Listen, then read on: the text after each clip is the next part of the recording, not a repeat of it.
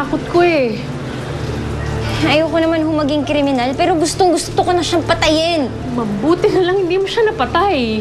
Kung hindi lang dumitang si Alvin, siguro napatay ko na talaga yun. Eh, buti na lang pala at nandyan yung Alvin na yan.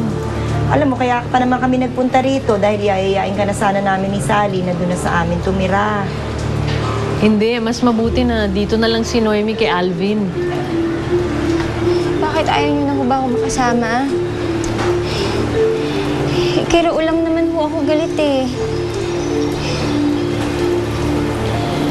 Alam mo, naiintindihan kita.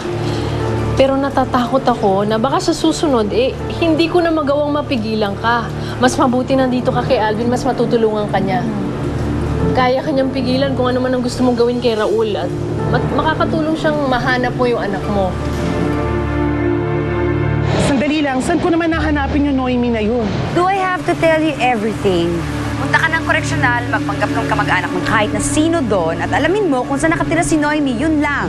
Okay, yes, madam. Okay, sige.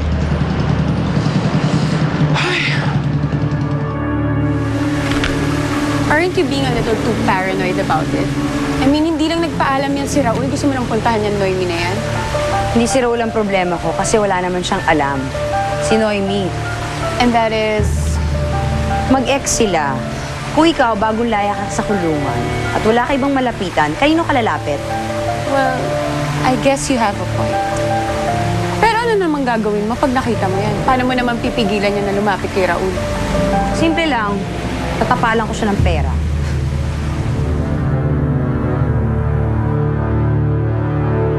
Kailan ho kaya magigising si Ikang?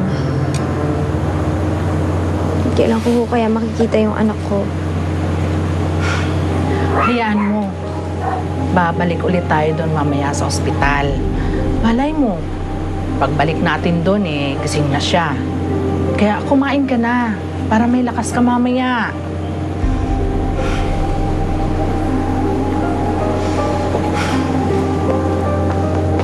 Oh, Alvin, napaaga ka yata.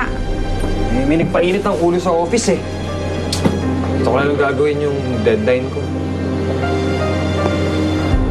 Okay ka na ba?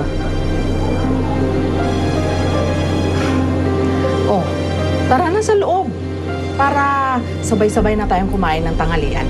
Sige, sunod daw ako. Tara.